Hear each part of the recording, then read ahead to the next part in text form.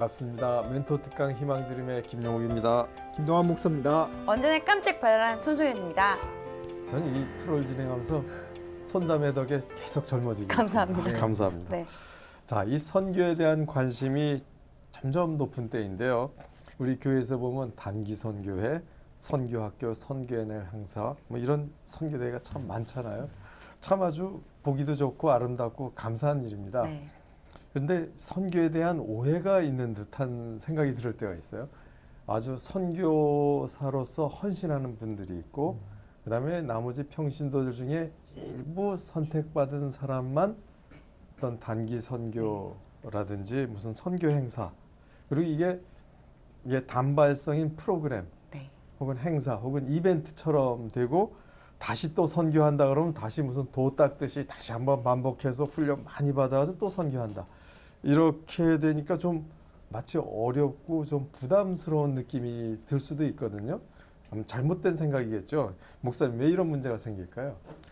많은 분들이 선교하면 아주 신앙이 특별하신 분, 네. 또 전문적인 신학 훈련을 받으신 분들만이 하는 거라고 그렇게 인식하고 있어요. 그리고 그런 대표적인 분들 몇 분을 뽑아서 선교지에 보내고 우리는 뒤에서 기도하고 물질 후원 정도만 하면 그렇게 되는 거라고 생각하시는데요. 네. 사실 그렇지 않습니다. 사실 이 선교라는 것은 모든 크리스찬이면 당연히 다 해야 되는 명령이고요. 이 명령은 하나님 예수님이 주신 명령은 일부 몇몇에게만 주신 것이 아니에요. 그리고 선교를 너무 어렵게 생각해서 네. 사람들이 그렇게 인식하게 된 거고요. 사실은 우리 원장님이나 우리 손자매님처럼 지금 현재 그 직업 속에서 원장님도 수많은 환자들 오실 때 원장님의 그 표정이나 말투나 삶을 보면서 사실은 지금 사람들한테 복음을 예수 믿으라고 누구나 안 믿는 분들도 다 한 번씩 그런 얘기 들어봤어요. 네. 그렇지만 교회를 안 나가는 가장 큰 이유는 삶 속에서의 그 향기, 매력. 그 사람들이 원장님 보니까 나도 예수님 믿고 싶다고, 손자매님 보니까 과찬입니다. 나도 예수님 믿고 네. 싶다고 그렇게 해서 그들이 오게 만드는 네. 그런 선교가 굉장히 필요합니다. 네. 그래서 이 시간에는요, 풀뿌리 선교라는 주제로 선교사적 삶에 대해서 이야기 나눠보도록 하겠습니다. 오늘의 멘토 모시도록 하겠습니다. 네.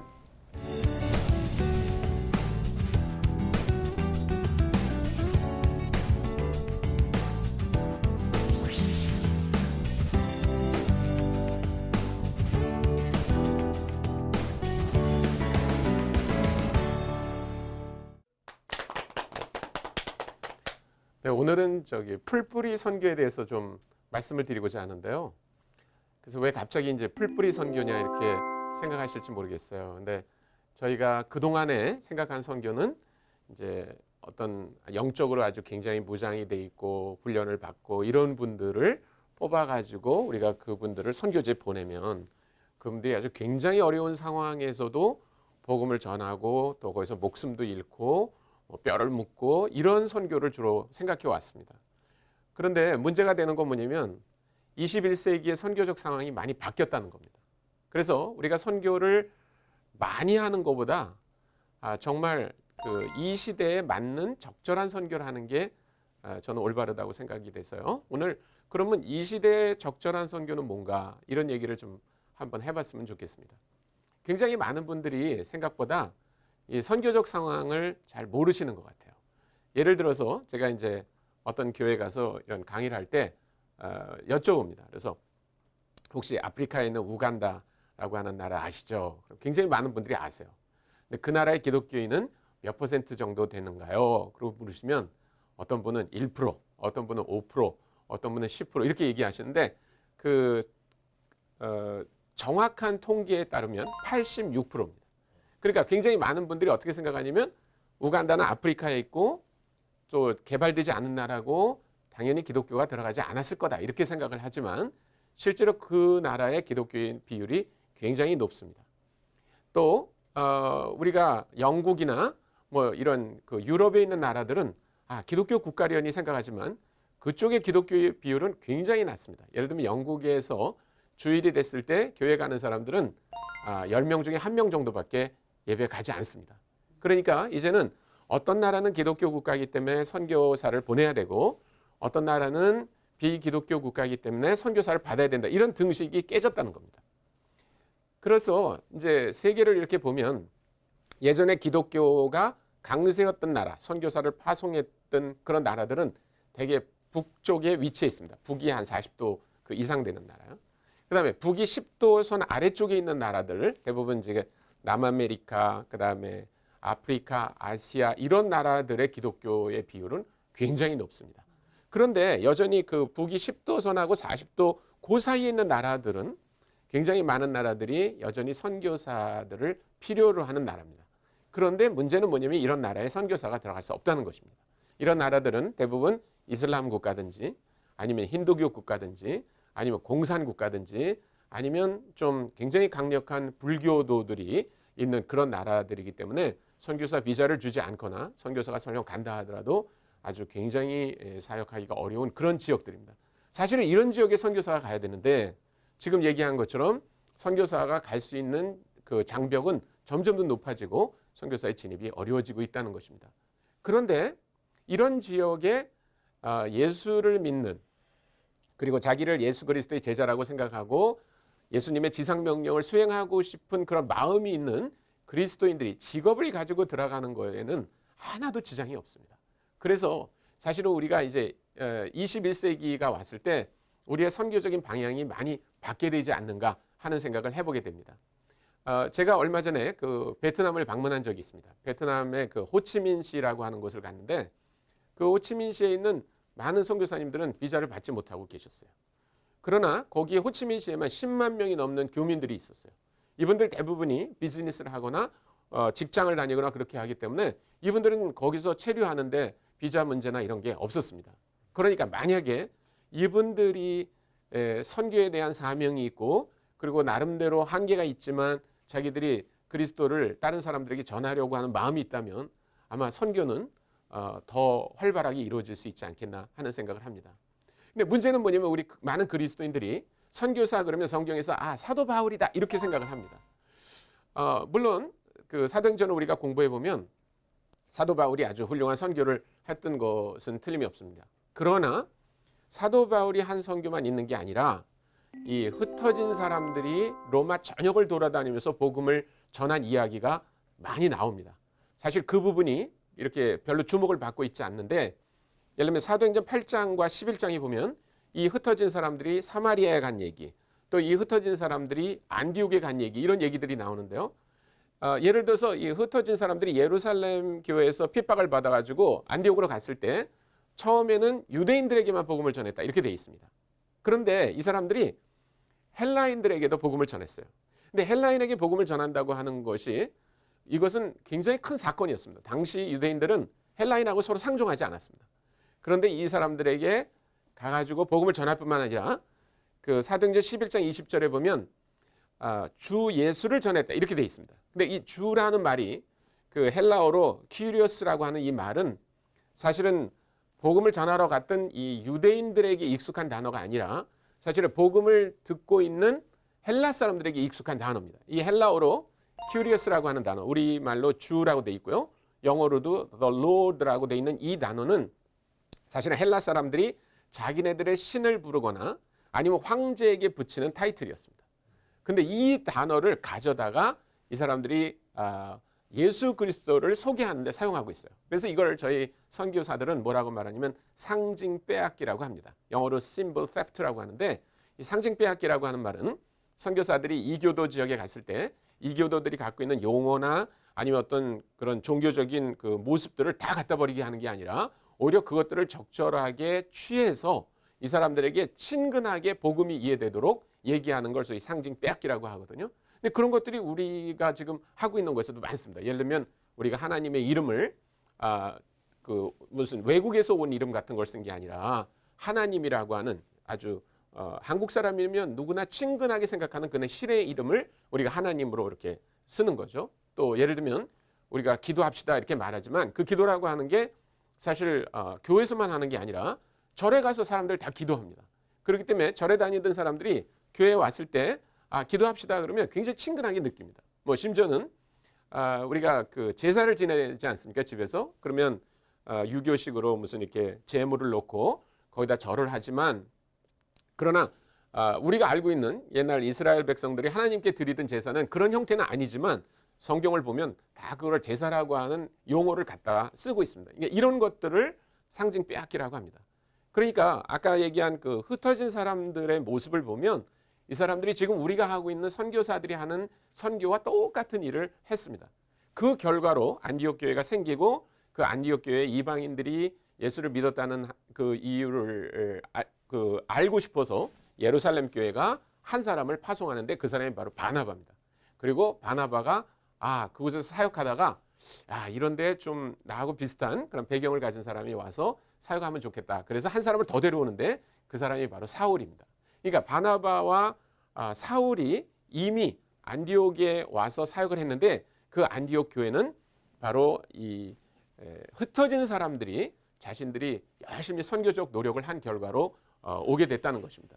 그래서 사도 바울이 한 그 선교 사역이 있지만 그러나 동시에 이렇게 흩어진 사람들이 여전히 로마 전역을 다니면서 복음을 전했습니다. 사실 사도 바울이 간 지역은 사도행전을 공부해 보면 6개 지역으로 한정되어 있습니다. 수리아와 길리기아와 갈라디아와 아시아와 마게도니아와 아가야 이 지역에서만 주로 사역했습니다. 사도 바울은 사실 로마에 가서 복음을 전했다기보다 나중에 그분의 사역이 거의 마칠 때쯤 예루살렘에서 체포돼서 로마로 가게 되는데 로마 가기 전에 로마서라고 하는 편지를 씁니다. 근데 그 로마서는 로마에 있는 성도들에게 쓴 편지입니다. 믿는 사람들에게 쓴 편지입니다. 그러면 누가 사도 바울이 가기 전에 누군가는 로마에 가서 복음을 전했다는 얘기죠. 누가 전했을까요? 그래서 흩어진 사람들이 여기저기 다니면서 복음을 전한 결과라고 말할 수 있죠.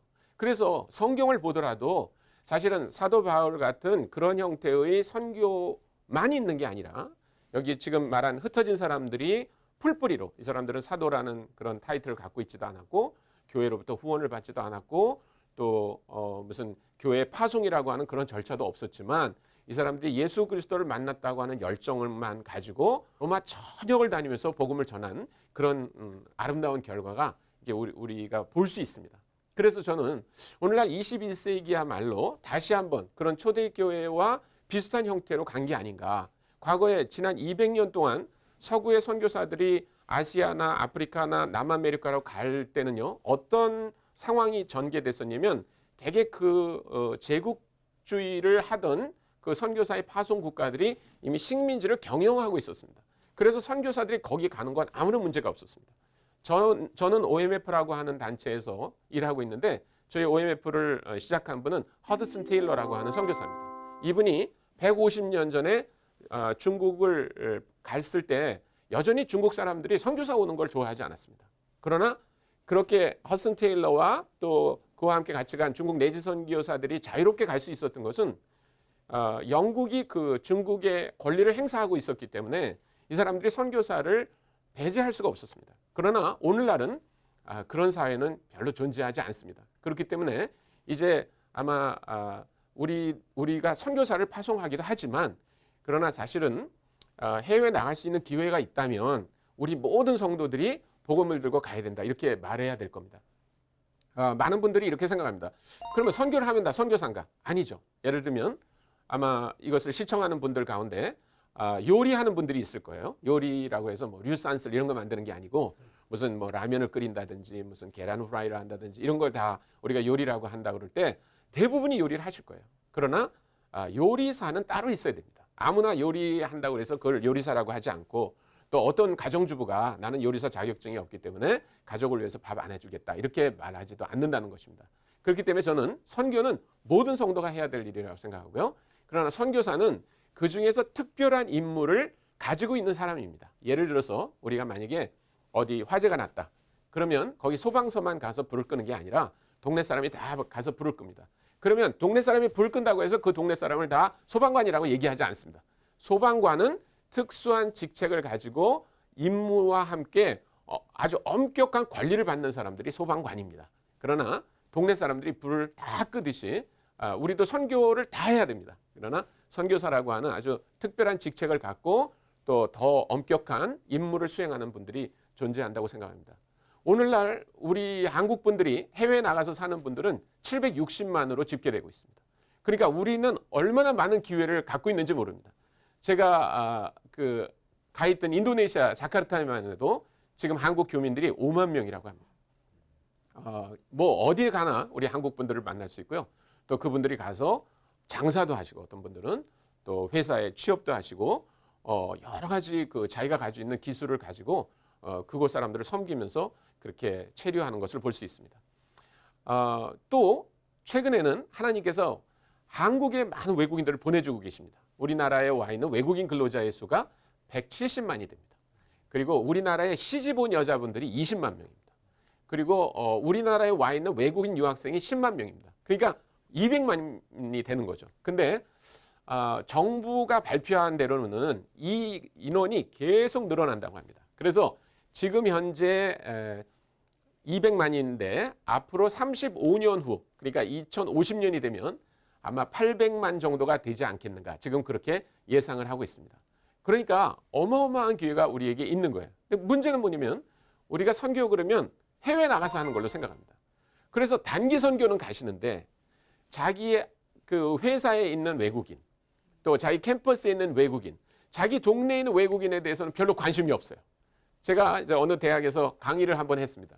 그리고 그 학생들에게 인도네시아 사람을 찾아가서 제가 알려준 인도네시아 인사를 몇 개 해보고 그 결과를 저한테 보고서로 보내달라고 그랬어요. 근데 그 학생이 점심 식사하다가 식당에서 어떤 분이 옆에 인도네시아 사람이 있다고 그래서 가서 얘기를 했답니다. 그 인도네시아 학생이 굉장히 좋아했대요. 그러면서 저한테 보고서에 뭐라 그러냐면 저는 학교 다녔지만 우리 학교에 인도네시아 학생이 있는 거 오늘 처음 알았습니다. 이렇게 말하더라고요. 사실 우리 주변에 이런 사람들이 굉장히 많이 있습니다. 우리가 안 보일 뿐이에요. 그래서 우리가 정말 선교에 관심이 있다면 그 선교는 멀리 나가는 것만이 아니라 우리 주변에 아니면 내가 외국에 갈 기회가 있다면 그때 시작되는 거라는 사실을 꼭 기억하시기 바랍니다. 저희 단체를 만든 그 허드슨 테일러가 한 말을 제가 한마디 마지막으로 드리고 마쳐야 될 것 같습니다. 허드슨 테일러는 이렇게 말을 했습니다. 어떤 사람이 대양을 가로질러 선교지에 간다고 해서 선교사가 되는 것은 아닙니다.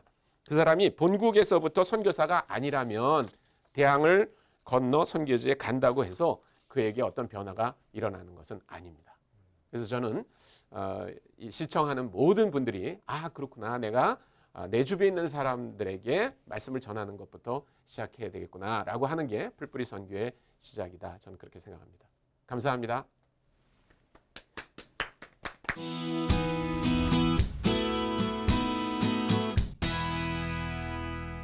네, 평신도들에게 선교에 대한 도전을 던져주시는 분입니다. 오늘 손창남 선교사님 모셨습니다. 감사합니다. 반갑습니다. 선교사님. 선교사님 그 말씀을 들으시면서 세계가 우리가 갖고 있던 생각과 많이 다르구나. 이런 걸 많이 느끼게 되네요. 특히 우리는 일반적으로 아프리카 하면 좀 미개한 지역이 많고 기독교 복음이 아직 많이 안 들어갔다 생각하는데 오히려 지금은 더 많이 들어가 있는. 그래서 이제 학자들이 말하기를 기독교의 중심이 북쪽에서 남쪽으로 내려왔다 이렇게 말합니다. 그래서 그거를 영어로 글로벌 사우스라고 합니다. 글로벌 사우스. 이건 뭐냐면 기독교의 중심이 북쪽에 있었는데 예전에는 유럽이나 남쪽으로 내려와 있습니다. 그래서 남아메리카와 아프리카와 아시아의 교회들이 많고 위쪽은 좀 텅텅 비어 있고 중간은 없고 이런 상황입니다. 그 말씀을 들으면서 우리나라는 기독교 인구가 많다라는 절대로 자만심을 가질 수가 없을 뿐만 아니라 아닙니다. 우리나라는 많은 게 아닙니다. 그러네요.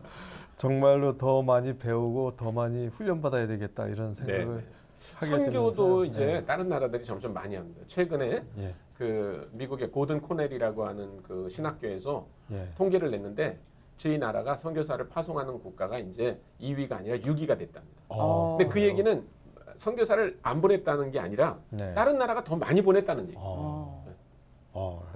세계를 우리 기독교적 관점에서 보는 눈이 조금씩 생기기 시작하는 것 같습니다.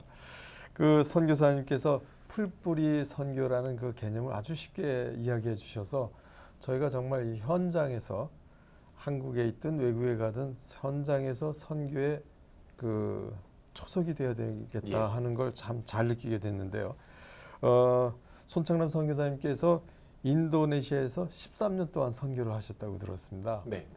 몇 년 전부터는 동원 사역을 하신다고 들었는데요.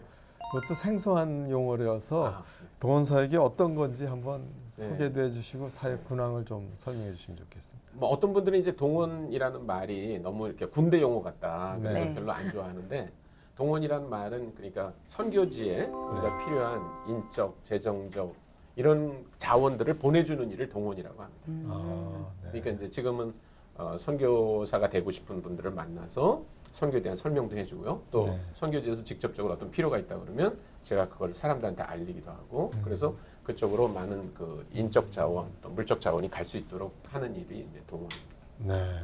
선교사님, 선교는 네. 아주 특별한 사람만 하는 거고 그렇게 많이 그렇게 생각을 하는데요. 네네. 사실 뭐 우리가 전도 옆에 있는 사람도 전도하기 힘든데 그냥 내가 선교 많이 하시는 분들 뒤에서 조용히 응원만 하자 그렇게 생각하시는데 어떻게 생각하시나요?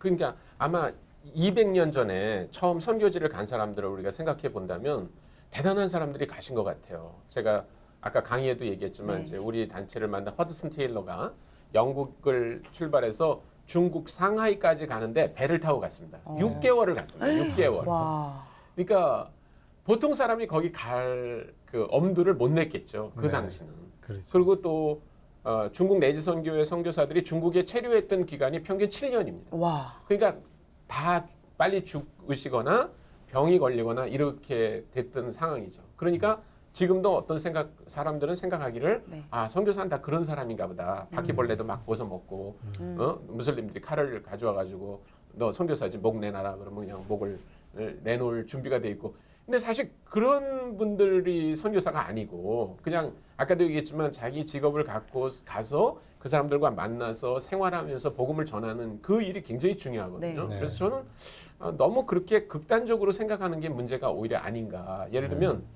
저희가 선교사를 보낼 때 우리나라에서는 잘못하면 마치 무슨 여자 양궁 선수 뽑듯이 그렇게 하는 것 같아요. 우리 저기 손자매님 양궁 하세요?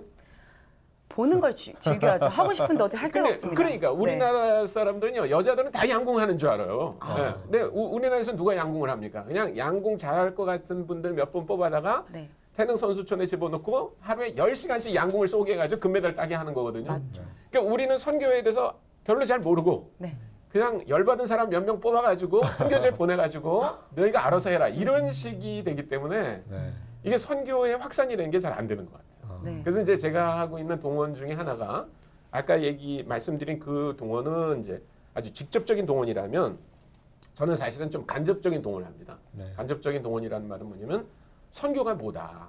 선교가 이런 거다. 하나님은 이런 일이 네. 지금 세상에서 벌어지기를 원하신다. 하나님이 하시는 일이 이런 거다. 그래서 우리가 할 수 있는 건 이거다라고 얘기하는 걸 더 많이 합니다. 네, 그래서 이제 강의도 많이 하고요. 네. 그다음에 이제 책 같은 걸 많이 보급합니다. 선교와 관련된 책을 많이 보급하고.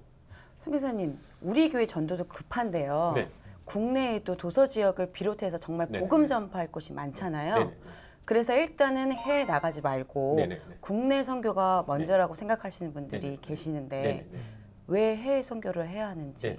그건 뭐 지금 그 자매님만 얘기한 게 아니라 네.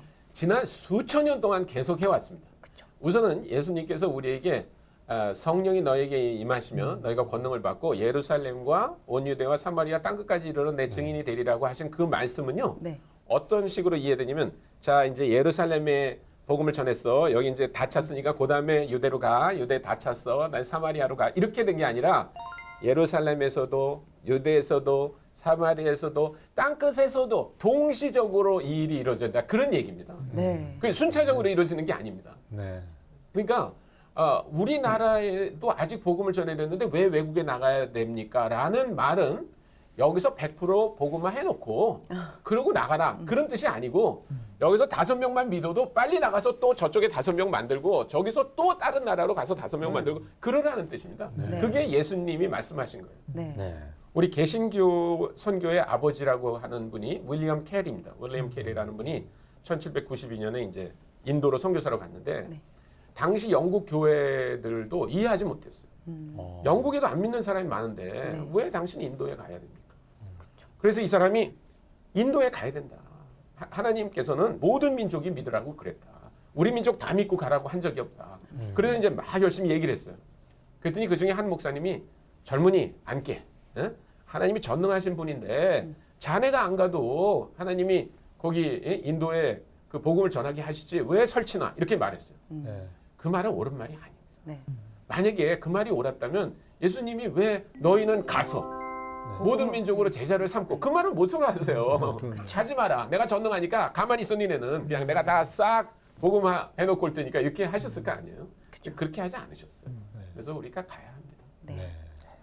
아주 참 이해되기 쉽게 얘기해 주셔서 감사합니다. 그게 1792년이라니까 참 200년 전에도 똑같았습니다. 똑같은 상황이 네. 있었네요. 네.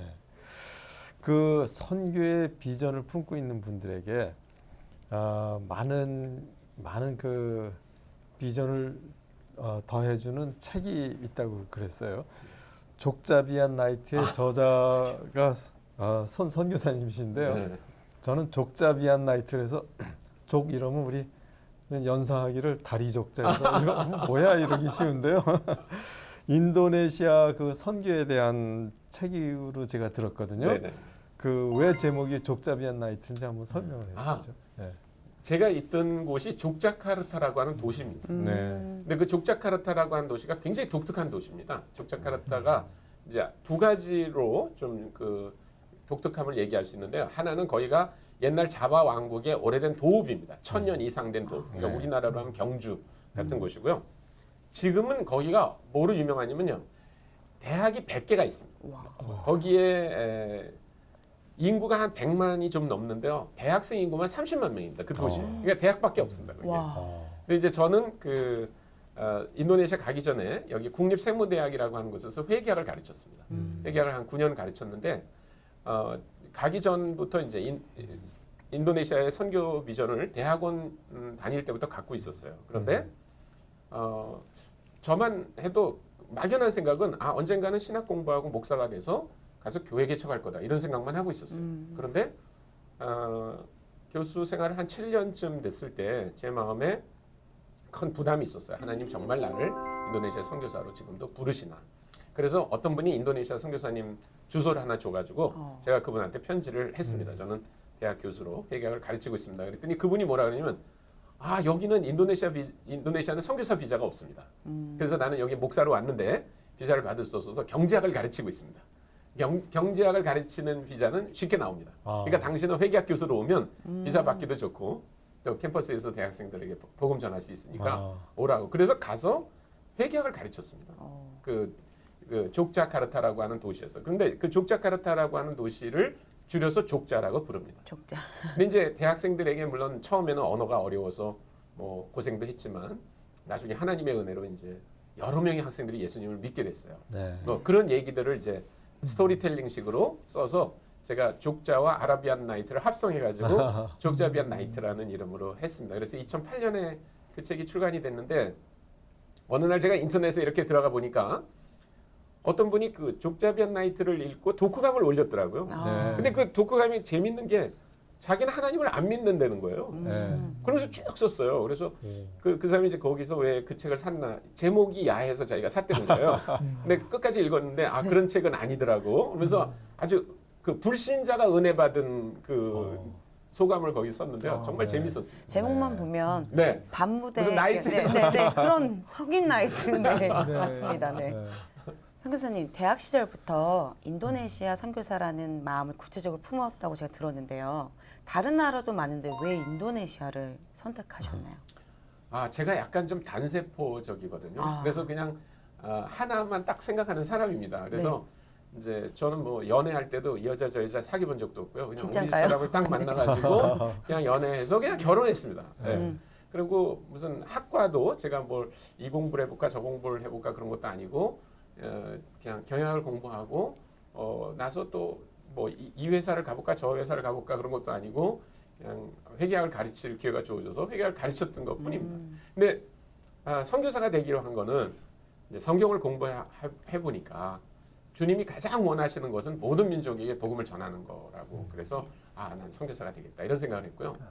어느 나라를 갈지도 저는 그냥 막연했었습니다. 근데 우리 담임 목사님이 선교지에 갔다 오셔가지고 인도네시아 얘기를 막 들려주시는데 그 얘기를 듣는데 막 가슴이 이렇게 설렜어요. 뜨거워지는 거예요. 네. 네, 저기로 나를 하나님이 부르신다면 내가 가겠다. 그곳에 이제 인도네시아는 종교 자유가 있지만 어릴 때부터 종교를 결정하게 돼 있습니다. 그래서 이 출생 신고부터 종교를 정하게 돼 있습니다. 아, 그러니까 대부분이 무슬림이기 때문에 자기 자녀들은 그냥 자동적으로 무슬림이 되는 거죠. 그래서 야, 이런 나라에 가서 복음을 전해야 되겠다. 그런 생각을 하나님이 주셨어요. 그리고 그 후로도 뭐 한 번도 그 선교지가 바뀌어 본 적이 없습니다. 네. 만약 그날 목사님께서 다른 나라를 다른 나라가 됐을 겁니다. 그쵸? 네. 맞습니다. 처음에 인도네시아 가셨을 때는 어떠셨어요? 선교가 그렇게 술술술 쉽게 잘 풀리셨나요? 아닙니다. 네. 이제 그런 고민이 있었죠. 만약에 제가 여기서 교수직을 내려놓고 갔는데 네. 만약 내가 거기에 적절한 사람이 아니라면 어떨까 그런 좀 일말의 불안감 같은 게 있었습니다. 네. 근데 이제 가서 제일 어려운 건 뭐냐면 언어가 안 된다는 거죠. 네. 그래서 회계학을 가르치는 것도 쉬운 일이 아니고 왜냐면 이렇게 전문 용어를 딱딱 써야만 학생들이 이해하는데 언어가 아직 안 될 때는 그렇게 전공 용어가 딱딱 나오지가 않잖아요. 그래서 이제 힘들어했고 또 전도를 하려고 좀 노력도 했습니다. 근데 전도도 이렇게 하려면 그 학생이 무슨 말을 하는지를 잘 알아듣고 네. 그거에 이어서 이렇게 또 이야기를 하고 또 예수 그리스도에 대한 질문을 하고 이렇게 해야 되는데 그게 너무너무 어렵더라고요. 그래서 나중에는 완전히 포기한 적도 있습니다. 네. 내가 여기서 더 이상 그런 무슨 사역을 기대하기는 어려울 것 같다. 네. 이런 포기한 적도 있었고 또 외로움도 있습니다. 이게 네. 뭐 주변에 있는 사람들이 저를 알아주는 것도 아니고 또 가족들이나 아니면 네. 저를 아는 사람들은 굉장히 멀리 있고 그래서 외로움도 많이 있고 물론 그 선교사로서의 도전이 있습니다. 그런데 하나님이 또 그 가운데 은혜를 주셨어요. 그래서 어떤 학생들이 이제 저한테 영어를 배우겠다고 네. 제가 외국인이기 때문에 음. 영어를 좀 할 수 있겠냐. 그래서 저는 굉장히 좋은 기회가 될 수 있을 것 같다. 그래서 이제 그 학생들을 우리 집에 초대해서 그 영어 바이블 스터디를 했습니다. 네. 근데 그때 몇 명의 학생들이 예수님을 영접했어요. 아멘. 근데 저는 뭐 그 날을 잊어버릴 수가 없습니다. 그 네. 학생들이 이제 자신들의 삶이 변하니까 또 다른 친구들을 데려오고 다른 친구들을 데려오고 이렇게 하면서 인도네시아의 조이라고 하는 그 모임이 이렇게 생겼습니다. 그래서 아마 처음에 선교지에서 어려워하는 거는 뭐 반드시 저만은 아닐 거예요. 상당히 많은 네. 선교사님들이 대개는 비슷한 그런 과정을 간다고 봅니다. 네. 네. 이게 선교사님께서 13년 동안 학생을 가르치셨으면 아마 기억에 남는 학생들이 참 많이 있을 텐데요. 네네. 한번 특별히 기억에 남는 학생 있으면 좀 소개 좀 해주시죠. 이제 영어 모임을 이렇게 시작했을 때 한 네. 5명 정도 왔어요. 그런데 그 학생들이 뭐 자기 일 있으면 안 오고 이제 그렇게 아주 충실하게 나오진 않았습니다. 근데 그 중에 파자르라고 하는 한 학생이 이제 그래도 열심히 나왔는데 이 학생이 영어를 한 50% 정도 알아듣는 것 같아요. 그러니까 50% 알아들으면 뭐 외국인 만나면 뭐 영어로 이렇게 인사 같은 건 잘하지만 네. 네. 사실 성경 공부를 하다가 나오는 아주 중요한 단어는 잘 몰라요. 그래서 한 학기를 공부했지만 별로 의미가 없는 것 같아요. 그래서 제가 이제 그 학기가 다 끝난 다음에 이 학생을 우리 집에 불렀습니다. 그리고 인도네시아 성경을 주고 저도 인도네시아 성경을 가지고 이사야서 53장 1절부터 6절까지를 같이 읽었어요. 근데 이사야서 53장 거기에는 예수님이 어떻게 십자가에 돌아가실까를 얘기하고 있거든요. 그래서 그 부분을 같이 인도네시아 말로 읽었어요. 근데 그 성경을 다 읽고 났는데 이 학생 눈에서 눈물이 툭툭 떨어져요. 그래서 왜 우느냐고 물어봤습니다, 제가. 네. 그랬더니 나는 예수님이 돌아가신 건 알았지만 이렇게 자기 죄를 위해서 돌아가신 거는 처음 알았다고. 그래서 그날 주님을 영접했어요, 그 학생이. 그래서 너무너무 감사했습니다. 그래서 네. 이제 그 모임을 통해서 그렇게 학생들이 계속 자기 친구들을 데리고 와서 변화가 일어나기 시작했죠. 선교사님께서 인도네시아 조이 선교회를 이렇게 직접 이렇게 만드시게 됐는데요. 정말 자식 같으시겠어요. 지금도 네, 자주 그렇습니다. 이렇게 찾고 계세요. 그럼요. 네. 이제 9월 달에 다시 거기 갑니다. 왜냐면 9월 달이 창립 기념일입니다. 그래서 이번에 22주년 기념 행사를 한다고 그래서 벌써 22주년. 22주년이 됐습니다. 네. 왜냐면 92년도에 시작됐기 때문에. 그래서 뭐 갈 때마다 지금 목사님 말씀하신 것처럼 그 자식 같은 그런 느낌입니다. 그 선교사님 그곳 대학에서도 이제 처음에는 이렇게 언어도 힘드셨지만 13년간 그렇게 지내셨으면 이제 언어도 익숙해지고 또 선교하시는 것도 자리를 잘 잡으셨을 텐데 어떻게 그렇게 13년째 되던 해 돌연 한국으로 돌아오셨는지 정말 궁금합니다, 선교사님. 사실은 이제 사인이 좀 있었습니다. 그러니까 거기서 사역이 막 이렇게 성장하고 많은 학생들이 주님께 돌아오고 저는 뭐 천국이 있다면 이런 데겠지 이런 생각을 할 정도로 그렇게 살고 있었는데 몇 가지 사건들이 이렇게 연속적으로 일어났어요. 예를 들면 이제 저희 그 새를 들어 살았는데 그 네. 새집에 이 지붕이 많이 샜어요. 그래서 이제 지붕을 그 기와를 다시 갈기 위해서 위에선 공사를 하고 아래선 그냥 생활을 했습니다. 우리가 어디 딴 데로 이사 갈 수도 없고 그래서. 근데 이제 밥 먹고 나서 저희 집 사람하고 점심을 먹고 나서 이렇게 자리를 피했는데 그 위에 있던 큰 그 석가래가 뚝 떨어져가지고 이렇게 책상 이 의자 우리 둘이 앉아있던 의자를 쳐버려가지고 의자가 완전 박살이 났는데 너무 이상한 거예요. 그 자리에 1분 전에만 있었다면 뭐 아마 저희는 어떻게 됐을 거예요. 네. 또 그다음에 이제 우리 그 구나완이라고 하는 20대 후반의 그 형제가 있었는데 아주 신실한 형제가 갑자기 이제 또 죽는 일이 벌어지고 또 우리 총장님이 이제 저한테 그런 사역을 하면 안 된다 이런 경고를 주고 뭐 그런 일이 계속 이렇게 벌어져서 제 마음 속에 왜 이런 일이 이렇게 연속적으로 일어나나 이게 하나님이 넌 이제 떠날 때가 됐다. 네. 그런데 제가 그거를 알아채지 못하니까 하나님이 떠나라는 사인을 주시는 건지 아니면 하나님은 떠나지 말고 이 사역을 계속 하기를 원하시는데 사단이 나를 이렇게 밀가부를 한다는 그런 말이 있잖아요. 그렇게 하는 건지 그걸 아주 놓고 열심히 기도를 했습니다. 근데 그러고 있을 때 이제 한국 OMF의 대표가 갑자기 공석이 되게 됐어요. 그래서 국제본부가 그쪽으로 좀 가겠느냐.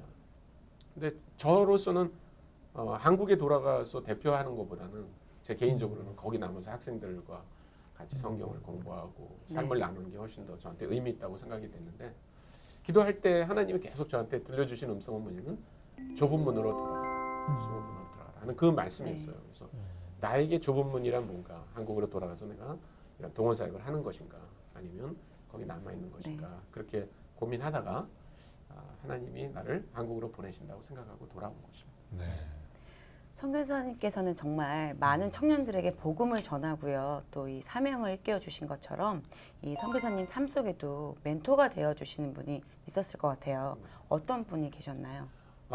제가 멘토 뭐 여러 분이 계시는데요. 네. 그 중에 한 분은 이제 아까 얘기한 해외 선교 훈련원이라는 곳이죠. 거기에 이태용 원장님이 계셨어요. 지금은 이제 은퇴하셔서 지금 원장이 아니시지만 네. 그분은 원래 제가 고등학교 3학년 때 한국에 있는 조이 선교회에 갔을 때 저한테 복음을 들려주신 분이에요. 그래서 예수님을 영접하고 그분으로부터 성경을 배웠죠. 네. 벌써 오래전의 얘기입니다. 73년도 얘기니까 41년 전에.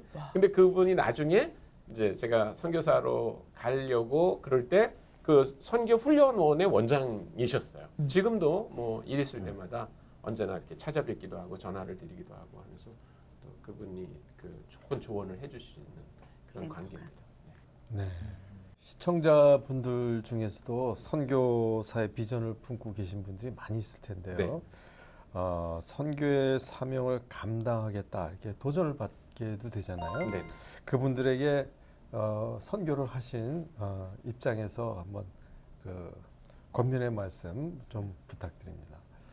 그러니까 제가 아까 강의에도 말씀드렸지만 네. 사실은 선교사가 언제부터 되느냐 무슨 선교사로 임명을 받는다든지 아니면 비행기를 타고 선교지에 가는 게 아니라 지금 어떤 삶을 사느냐가 굉장히 중요하거든요. 네. 그래서 많은 분들이 직업을 갖고 지금 살 때는 선교하고 아무 상관이 없고 근데 내가 선교사가 되면 결심하고 그다음에 선교 훈련을 받고 이때부터 선교사처럼 산다고 생각하지만 그렇지 않습니다.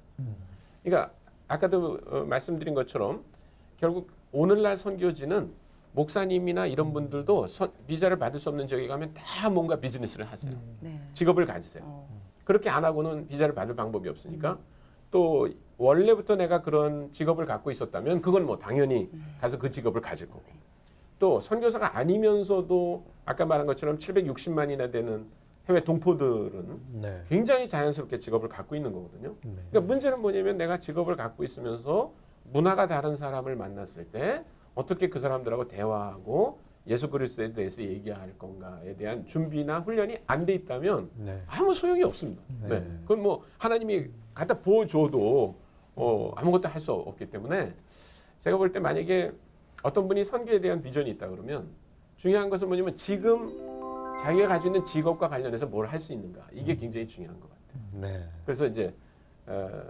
제한적이지만 자기가 좋은 일을 함으로 말미암아 좋은 인상을 주고 이 사람 뭔가 다르다 이런 이제 인상을 줘야 되고 두 번째는 기회가 주어진다면 입으로 말해서 예수 그리스도를 증거해야 되고 네. 만약에 더 기회가 주어진다면 그분들을 모아서 성경 공부 같은 소규모 성경 공부 같은 걸 할 수 있어야 되고 더 기회가 주어진다면 이분들이 어떤 정기적인 모임이 될 수 있도록 그게 나중에 이제 교회가 될 수도 있고 아니면 저는 이제 그 인도네시아 조이선교회를 교회라고는 하지 않았거든요. 왜냐하면 거기 교회가 많이 있기 때문에 네. 그래서 주일날은 교회 가지만 금요일마다 모이는 그런 모임을 위해서 뭐 여러 가지 그 학생들을 도울 수 있거든요. 그래서 그런 것들에 대한 훈련을 좀 받을 필요가 있다고 생각합니다. 네. 신학은 저는 굉장히 필요한 거라고 생각하지만 저만 해도 꼭 신학 공부를 안 했다고 해서 사역을 못하는 건 아니거든요. 네, 그러니까 많은 분들이 그냥 나는 사역을 하려면 신학을 해야 된다 이런 생각보다는 어떻게 하면 내가 가지고 있는 직업을 가지고 뭔가 전도를 하고 양육을 하고 소그룹으로 성경 공부를 인도하고 뭐 심지어는 설교를 하고 성경을 가르치고 모임을 운영하고 이런 거에 대한 훈련을 좀 할 수 있으면 좋겠다는 생각입니다. 네. 선교사님 말씀드리면서 지금 현장, 지금 이 자리에서 선교를 잘 하고 있고 생활 속에 선교를 실천하지 않고 있으면 해외에 가서도 그 선교가 열매를 아무 의미가 맺지 없습니다. 어렵겠다. 준비되지 않고는 안 맞습니다. 되겠구나 네네. 이런 그 느낌이 많이 들고 과거 그 우리를 그 전도해 주셨던 그 선교사님도 훌륭한 형태지만 꼭 그 형태만 있는 게 아니라 네네. 다양한 직업을 또 선교의 도구로 예, 활용할 그럼요. 수 있다는 걸 배우게 네네. 되는 네. 귀한 시간이었습니다. 오늘 선교사님 좋은 말씀 감사합니다.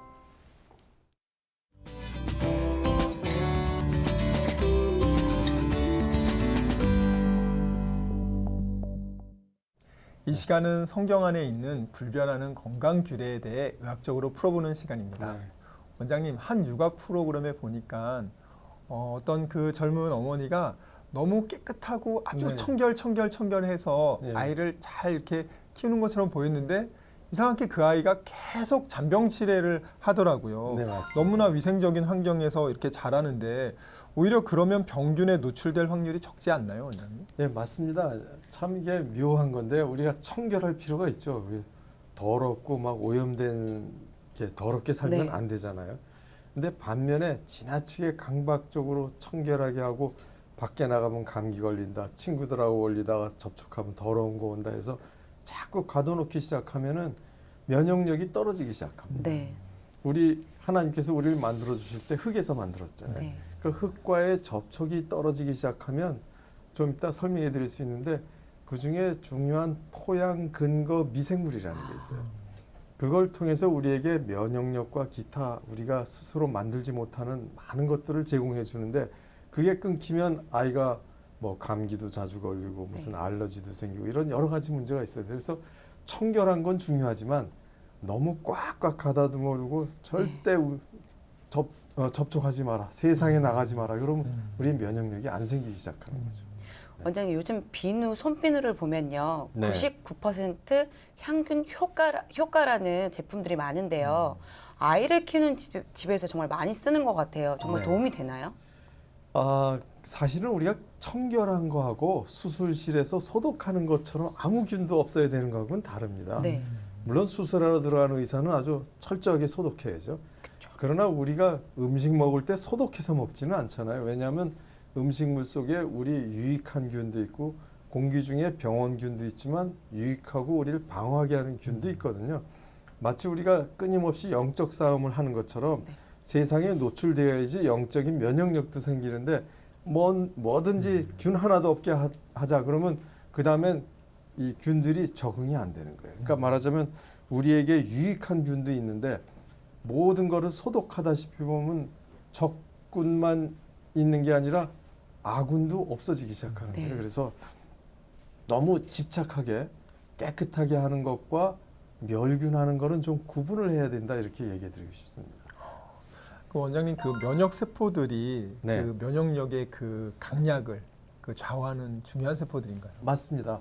우리 몸이 참 묘하게 생겼어요. 음. 우리 면역 세포를 만들어 주는데 이 흉선이라는 데서 면역 세포를 만들어줘요. 근데 그 면역 세포, 흉선에서 나오는 면역 세포는 어떤 역할을 하냐면 경계병인 동시에 선제 타격대 역할을 해줘요. 네. 어떤 특정한 외부의 공격이 오면 그거에 대해서 즉시 선멸하는 역할을 가져줘요. 근데 그게 어떤 역할을 하냐면 꼭 필요한 것만 공격합니다. 그리고 그 자극으로 인해서 우리 골수에서 또 B세포라는 면역세포가 예비군을 만들어줘요. 근데 두 가지가 서로 반응을 해서 어느 정도 이 위험 수위에 오르기 전까지는 너희들은 가만히 있어라 이렇게 하거든요. 그러니까 늘 적의 공격은 있지만 필요할 땐 이게 가서 선제 타격을 해서 없애고 나머지는 어느 수준까지는 놔두는 거예요. 그러다가 어느 이상의 감염이 됐든지 문제가 됐다 그럴 때는 나머지 상비군 혹은 그 예비군에 해당하는 면역세포들이 가서 확 공격을 하는 거죠. 그런데 아이들이 예를 들어서 흙에서 혹은 놀이터에서 놀지 못하고 갇힌 공간에만 있으면 이 서로의 교류가 잘 안 되기 시작합니다. 그러니까 아이들이 우리 교회 학교에서 놀면서도 배우잖아요. 그러니까 아이들이 노는 공간과 흙과의 고리를 연결해주는 토양근거 미생물의 그 고리를 찾아주는 게 건강과 무슨 알러지나 이런 걸 예방하는 데 참 도움이 된다고 얘기 드릴 수 있죠. 원장님, 병균이 침입하지 못하게 하는 게 아니라 병균이 몸속에 들어오더라도 건강하게 면역력을 길러서 정말 건강한 생활을 하면 좋을 것 같습니다. 맞습니다. 네, 이 시간에는 풀뿌리 선교라는 제목으로 손창남 선교사님 말씀을 들어봤습니다. 참 그 말씀을 들으면서 내가 있는 바로 이 현장에서 선교가 잘 돼야 되겠구나. 그리고 선교가 잘 되려면 준비가 돼 있어야 되겠구나. 평소에 말씀으로 기도로 준비되지 않으면 어떠한 현장에 있든지 전도가 안 되겠구나. 그리고 그 직업을 통해서도 많은 사람에게 하나님께서 선교의 도구로 사용해 주는구나 하는 걸 깨닫는 아주 귀한 시간이었습니다. 네. 목사님 오늘 어떠셨나요? 네, 저도 너무 큰 은혜를 받았고요. 네. 사실 그 귀한 직업을, 교수라는 귀한 직업을 이렇게 내려놓는 게 쉬운 게 아니지만 네. 그걸 내려놓으면서도 동시에 전문인 선교사로서 그분이 좋은 롤모델이 돼주셨던 것 같아요. 네. 그래서 많은 우리 청소년들이나 우리 방송을 보시는 많은 우리 방송 가족들께서 저는 그 족자비한 나이트 네. 그 책이 저도 구매를 꼭 해서 읽어보고 네, 저도 싶고요. 보고 싶습니다. 그래서 네. 구체적으로 삶의 현장에서 사실은 선교하면 목사님 저조차도 이게 굉장히 전문적인 분들만 이렇게 하는 걸로 많은 분들이 그렇게 생각하고 있으니까 네. 내가 지금 각자의 직업에서 내가 풀뿌리 선교를 어떻게 할 수 있는가 그런 부분들을 우리가 함께 보고 같이 직접적인 선교를 동참했으면 좋겠습니다. 네. 손자매 오늘 어떠셨나요? 저도 이 선교사님이라고 이 단어만 떠올려도 네. 정말 전문적이고 저는 하지 못할 그런 것인가 이런 생각을 했는데요. 정말 네. 제가 있는 이 모습 그대로를 네. 정말 많은 분들에게 하나님이 정말 필요하신데 제가 도구로서 사용될 수 있게 정말 더 열심히 기도도 하고 노력도 해야 되겠다 생각했습니다. 네. 우리가 그 선교사님들의 사역을 보면서 참 도전도 받고 감사하기도 하지만 우리 모두 선교 사역을 할 수 있는 하나님께서 길을 넣어주셨다는 걸 깨닫는 아주 귀한 시간이었습니다. 그럼 저희는 다음 시간 또 다른 멘토를 모시고 찾아뵙도록 하겠습니다. 감사합니다.